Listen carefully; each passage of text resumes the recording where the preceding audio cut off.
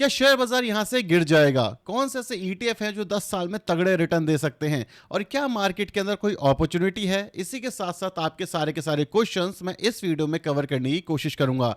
मेरा नाम है अभिषेक उपाध्याय, आप देख रहे हो कॉफी थिंकर्स। अगर आपको लॉजिकल और प्रैक्टिकल वीडियो पसंद है तो इस चैनल को आप सब्सक्राइब और वीडियो को लाइक कर सकते हो। शुरू करते हैं वीडियो। सबसे पहले शुरुआत करते हैं निफ्टी 50 से। आज के दिन में -0.66% की गिरावट है। 5 दिन में करीब करीब 2% के आसपास की गिरावट है। अगर मैं यहां से देख लूं तो 2.10% ये गिर चुका है हमारे इंडाइसेस। और करंटली मार्केट को देखिए तो एक अमेजिंग ट्रेंड आपको दिख रहा है कि मार्केट इस समय पे सिर्फ कंसोलिडेशन में है। अगर हम देखें ऑल टाइम हाई से यहां पे जो गिरावट हुई है वो अच्छी है, लेकिन यहां पे क्या हो रहा है, मार्केट एक कंसोलिडेशन में है। अगर आप देखोगे जो हमारी अभी तक मार्केट चल रही थी वो एक सॉलिड अप ट्रेंड के अंदर चल रही थी। यहां से यहां तक जो हमारी बाजार था उसने एक मेजर अप ट्रेंड यहां पे दिखाया। उसके बाद जो एक गिरावट आई मार्केट के अंदर, उसके बाद जो बाजार है वो कंसोलिडेशन में चला गया। तो यहां पे क्या चीजें आपको देखनी है? सबसे पहली चीज, यहां पे जो गिरावट होने के चांसेस है मार्केट में शॉर्ट टर्म पर्सपेक्टिव से वो आते हैं हमारे करीब करीब 2% की ओर। इससे ज्यादा बाजार मोस्ट प्रॉब्ली नहीं गिरते हुए दिख सकता। यहां पे बेसिकली क्या हो रहा है, यहां पे हो रहा है टाइम करेक्शन। अगर आप मार्केट को समझना चाहते हो तो दो टाइप के करेक्शन होते हैं। पहला होता है वैल्यू करेक्शन, दूसरा होता है टाइम करेक्शन। वैल्यू करेक्शन मतलब जब बाजार लगातार नीचे जाता है, और टाइम करेक्शन का मतलब होता है बाजार गिर नहीं रहा लेकिन बाजार एक टाइम पे कंसोलिडेट कर रहा है। अगर हम टाइम करेक्शन की बात करें तो 90% ऑफ द केसेस में जो बाजार होता है वो टाइम करेक्शन में रहता है, मतलब कंसोलिडेशन में। 10% केसेस के अंदर जो बाजार होता है वो गिरावट में रहता है, और 10 से 20% केसेस के अंदर जो बाजार होता है वो हमारा बुल मार्केट में होता है। अगर आप करंटली देखोगे तो जो हमारा करेक्शन है वो हो चुका है, अब टाइम करेक्शन है। इसके बाद जो बुल मार्केट है वो शुरू होगी। तो सबसे पहली चीज, इस वाले जोन पे मतलब निफ्टी में 24,370 पे एक मेजर सपोर्ट आता है। यहां से एक मेजर रिकवरी देखने को मिल सकती है। डेफिनेटली जो हमारा बाजार है वो टाइम करेक्शन में है, लेकिन यहां पे कोई मेजर प्राइस करेक्शन नहीं दिख रहा। यहां पे हम क्या कर सकते हैं, अगर आप निफ्टी के अंदर इन्वेस्ट करना चाहते हो तो यहां पे दो चीज दिख रही है, वो है हमारी स्विंग ट्रेडिंग। इस कंसोलिडेशन के अंदर मेनली हमारा बाजार चल रहा है। तो अगर हमारा बाजार 24,350 के आसपास मिलता है तो निफ्टी के अंदर हमें एक मेजर अप मूव देखने को मिल सकता है, जो कि होगा अप्रोक्सीमेटली 4.5 से 5% के आसपास, जो विद इन अ मंथ और 2 मंथ में हमें दिख सकता है। तो पहली अपॉर्चुनिटी हमारी बन रही है निफ्टी के अंदर। तो निफ्टी कोई भी क्रैश में नहीं गया है। कभी भी हम बात करते हैं कि मार्केट क्रैश हो गया है या करेक्शन में है, शेयर बाजार में क्रैश और करेक्शन का मतलब क्या होता है, जब बाजार के अंदर विद इन 15 टू 30 डेज अगर बाजार 15 टू 20% से ज्यादा गिर जाए तो उसे हम मार्केट क्रैश कहते हैं। वहीं पे अगर बाजार धीरे धीरे करके नीचे जाए तो उसे मार्केट करेक्शन कहते हैं। तो कोई भी क्रैश अभी हमारे बाजार में नहीं है, सिर्फ मार्केट में करेक्शन दिख रहा है। सो इससे कोई मेजर डरने वाली बात नहीं है। तो जो भी लोग अभी तक डरे हुए हैं कि हम एसआईपी रोक दें या बाजार गिर जाएगा, मेरे हिसाब से अभी कोई डरने की दिक्कत नहीं है। मार्केट एक सॉलिड मोमेंटम में हमें दिख रहा है और सारी की सारी चीज हमारे फेवर में है, जैसे कि रेट कट हो गया, जीएसटी हो गया, और हमारे 12 लाख रुपए तक जो छूट मिली है, कोई भी टैक्स नहीं लगेगा, वो हमारे फेवर में है, जिससे मोस्ट प्रॉब्ली डिमांड आते हुए दिख सकती है। तो यहां पे कोई दिक्कत वाली बात नहीं है। अब बात दो ऐसे ईटीएफ की करते हैं जो आपको लॉन्ग टर्म के लिए लेना चाहिए। लेकिन क्यों लेना चाहिए, सबसे पहले ये समझो। अगर आप देखोगे तो ग्लोबली एक चीज की शॉर्टेज है और एक जगह बहुत पैसा बन रहा है, उसका नाम है सेमीकंडक्टर। अगर आप इंडिया में इन्वेस्ट करना चाहते हो सेमीकंडक्टर में, तो एक्चुअली 2 4 5 10 स्टॉक हार्डली आपको देखने को मिलेंगे, और वो सारी कंपनियां बहुत अच्छे से सेमीकंडक्टर पे काम नहीं कर रही। सेमीकंडक्टर के 4 पार्ट होते हैं, इसके बारे में एक डिटेल वीडियो बनाने वाला हूं कि सेमीकंडक्टर एक्चुअली कोई भी एक पर्टिकुलर कंपनी पूरा नहीं बना सकती। लेकिन सबसे इंपॉर्टेंट और सबसे पैसे कमाने वाला काम होता है फैब्रिकेशन, जो इंडिया में कोई भी कंपनी नहीं करती है। तो उसके लिए हमें इंटरनेशनल जाना पड़ेगा, बिकॉज जो सेमीकंडक्टर है वो 30% के सीएजीआर से ग्रो कर रही है एज अ इंडस्ट्री। तो अगर आप सेमीकंडक्टर वाली रैली को एक्चुअली में पकड़ना चाहते हो तो एक ईटीएफ है जो आपकी इसमें हेल्प कर सकता है।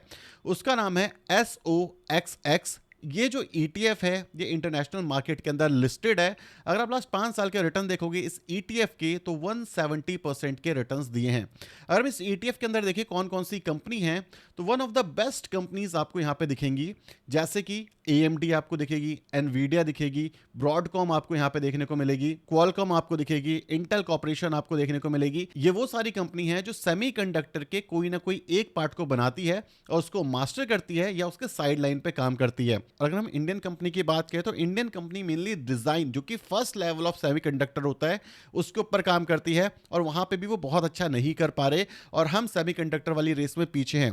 तो अगर आप सेमीकंडक्टर वाली बेट लेना चाहते हो तो मेरे ख्याल से ये ईटीएफ बेस्ट हो सकता है। अगर आपको ईटीएफ खरीदना है तो इसके लिए आप वर्ल्ड का यूज कर सकते हो, इंटरैक्टिव ब्रोकर का, या कोई भी ऐसा ब्रोकर जो आपको इंटरनेशनल ईटीएफ अवेलेबल कराए। और अगर आपको सेमीकंडक्टर वाला बेट चाहिए तो आपको इंडियन मार्केट में वो नहीं मिलेगा ओपनली। सेकंड चीज, अगर आपको लगता है कि सेमीकंडक्टर से ज्यादा वाइड पोर्टफोलियो मुझे चाहिए तो इंडिया के अंदर इंडियन आईटी स्टॉक्स वाले म्यूचुअल फंड आपको नॉर्मली दिख जाएंगे। लेकिन अगर आईटी सेक्टर की बात करें तो वहां पर भी जो इंटरनेशनल एक्सपोजर है वो आपको लेना पड़ेगा और आपको एक्चुअली में वेल्थ बिल्ड करनी है डॉलर टर्म्स के अंदर। तो उसके लिए भी एक बेस्ट ईटीएफ मैं आपको बताता हूं जिसके ऊपर मैंने रिसेंटली रिसर्च काफी सारी करी है, जिसका नाम है XLK। ये टेक्नोलॉजी का ईटीएफ है। अगर आप लास्ट एक साल के रिटर्न देखोगे 23% के रिटर्न है और 5 साल के रिटर्न 143% के आसपास के हैं, जहां पे इंडियन आईटी कंपनी ने लास्ट एक साल के अंदर कुछ खास रिटर्न नहीं बनाए हैं। अगर मैं इस ईटीएफ की बात करूं, इसके अंदर कैसी कंपनीज दिखेंगी, आपको मिलेगा Nvidia, Microsoft, Apple, Broadcom, Oracle Corp, मतलब ऐसी कंपनीज आपको दिखेगी जो एक्चुअली आपके पोर्टफोलियो में होनी चाहिए। और इन लॉन्ग टर्म यही वो कंपनियां हैं जो एआई के अंदर भी काफी तेजी से ग्रो करते हुए दिखेंगी। तो अगर आपको एक ऐसा ईटीएफ चाहिए जो अच्छी कंपनीज में इन्वेस्ट करते हुए दिखे और ऐसा ईटीएफ चाहिए जो ग्लोबल एक्सपोजर ला करके दे, तो मेरे ख्याल से ये वाला ETF one of the best ETF होने वाला है। और अगर आप यहाँ पे खरीदने की सोच रहे हो तो डेफिनेटली यहाँ पे आपको एनालिसिस करनी चाहिए, क्योंकि जो असली इनोवेशन होती है वो बाहर देश के अंदर ही हो रही है। चाहे आप यूएस मान लो, चाहे आप यूके मान लो, मेनली इंडिया के अंदर हम बैकएंड प्रोसेस का काम करते हैं और इंडिया के अंदर इनोवेशन के नाम पे एक्चुअली आईटी में मेजर कुछ नहीं आपको देखने को मिलता। सो ये दो ईटीएफ मैंने रिसेंटली काफी डीप रिसर्च करने के बाद निकाले थे। अगर आपको पसंद आए तो आप चाहो तो ले सकते हो, चाहे तो इग्नोर कर सकते हो। अब चलते हैं क्वेश्चन की साइड। नाइस विन का कमेंट आ रहा है, कह रहे हैं इमरजेंसी फंड के लिए रिकरिंग एफडी करनी चाहिए। एफडी नहीं, वो आरडी होती है जिसको रिकरिंग डिपॉजिट कहते हैं। दूसरा है एसआईपी करनी चाहिए म्यूचुअल फंड के अंदर, कौन सा बेटर है? फॉर इमरजेंसी फंड आपको या तो डेट फंड लेना चाहिए, या तो आपको आरडी करनी चाहिए, या फिर आपको एफडी करनी चाहिए। एसआईपी आपको नहीं करनी चाहिए, क्योंकि जो एसआईपी है वो आपको फंसाएगी। जब आपको पैसे की जरूरत होगी, जब बाजार नीचे गिरा होगा, तो आपको लॉस बुक करना पड़ेगा। तो सिंपल सी बात है, एफडी में रखो। जितना एक्सेसिबल आपका इमरजेंसी फंड होगा उतना ज्यादा सेफ खेल पाओगे, उतना ज्यादा हाई चांस है कि आप शेयर बाजार में पैसा बना पाओगे। इट्स मी अर्जुन का कमेंट है, कह रहे हैं क्या क्वांट फ्लेक्सी कैप से निकल जाना चाहिए? क्वांट फ्लेक्सी कैप को मैंने देखा था, लेकिन उसमें कुछ एक्स्ट्रा ऑर्डिनरी रिटर्न्स तो नहीं बन रहे हैं और अभी थोड़े से चांसेस कम लग रहे हैं शॉर्ट टर्म बनते हुए दिखेंगे। मेरे ख्याल से पराग पारेख और एचडीएफसी फ्लेक्सी कैप अच्छा काम कर रहे हैं, आपको उनमें से कोई देखना चाहिए। तो आप डेफिनेटली चेकआउट कर सकते हो, क्योंकि कोई भी म्यूचुअल फंड अगर मोमेंटम में है तो वो थोड़े लंबे समय तक रहता है। पंकज वर्मा का कमेंट है, कह रहे हैं टैक्स क्यों देना होगा? टैक्स तो रिडीम करने पे देना होगा और ना कि होल्ड करने पे। मेरे भाई, मैंने वहां पे एक सिंपल सी बात बोली थी कि आपको रिडीम करना चाहिए जब तक आपका प्रॉफिट 1.25 लाख के आसपास है, उसको री इन्वेस्ट कर देना चाहिए। तो अगर आप ये चीज़ करते हो तो आप टैक्स हार्वेस्टिंग कर पाओगे इजीली। और अगर आप लॉन्ग टर्म में लेट सपोज आप 2 करोड़ 10 करोड़ बना लेते हो तो आप पे टैक्स कम से कम लगेगा जब आप पूरा पैसा एक बार में रिडीम करोगे, क्योंकि जो टैक्स हार्वेस्टिंग है आपके जो प्रॉफिट है उसको प्रिंसिपल अमाउंट में कन्वर्ट कर देती है और टैक्स हमेशा प्रॉफिट पे लगता है, ना कि प्रिंसिपल अमाउंट पे। इस पर मैं वीडियो बनाने वाला हूँ, क्योंकि काफी सारे लोगों का कमेंट आया था टैक्स हार्वेस्टिंग करते कैसे हैं ताकि एक्चुअली में टैक्स का पैसा बचाया जा सके। राज सिरोही जी का कमेंट है, कह रहे कोई स्विंग ट्रेडिंग स्ट्रेटेजी बताएं, कौन से इंडेक्स म्यूचुअल फंड में करना चाहिए या ईटीएफ में? ईटीएफ में करना चाहिए निफ्टी 20 में, जैसे मैंने स्टार्टिंग ऑफ द वीडियो बताई 4% की वहां पे दिखती है और लो रिस्क के साथ आता है, बिकॉज निफ्टी 50 20-30% तो गिरता नहीं है। सेकंड चीज, स्टॉक्स के अंदर मैं उसके ऊपर वीडियो बनाने वाला हूं, मेंबर ओनली पोस्ट में उसमें करने वाला हूं।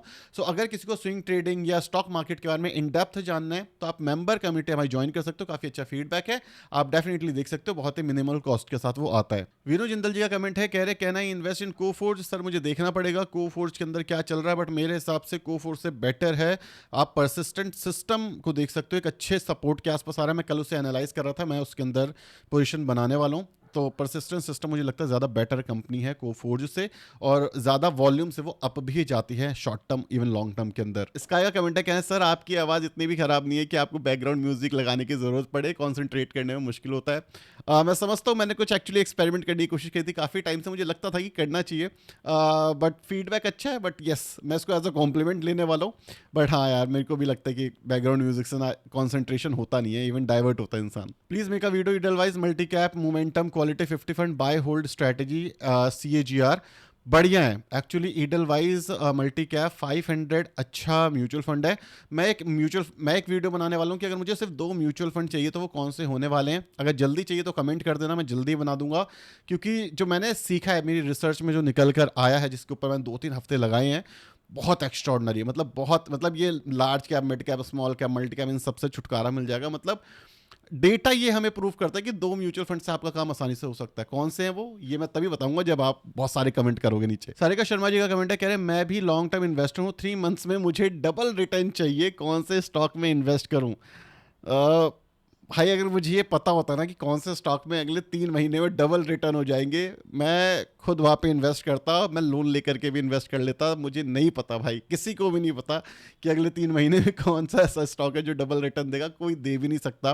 3 महीने में डबल मतलब 100% आप कह रहे हो, उसको कंपाउंड होना पड़ेगा। मतलब कंपनी साइज डबल हो जाए तभी डबल परसेंट का रिटर्न मिलेंगे, अदरवाइज पंप एंड डंप होता है। मुझे नहीं पता भाई, to be frank I am so sorry, मुझे नहीं पता। और अगर गलती से आपको पता चले 3 महीने में डबल के रिटर्न कौन दे रहा है, आप मुझे प्लीज कमेंट करके बताना। क्योंकि 7-8% के रिटर्न भी 3 महीने में निकालना बहुत बड़ी बात है, जो मेरे को अभी तक मेरी एक्सपीरियंस ने बताया है। तो ये कुछ क्वेश्चन थे जो कि आज की वीडियो के अंदर लेने थे। वीडियो पसंद आई तो वीडियो को लाइक और चैनल को सब्सक्राइब कर देना। Thank you so much for watching this video. Tata bye bye, signing of.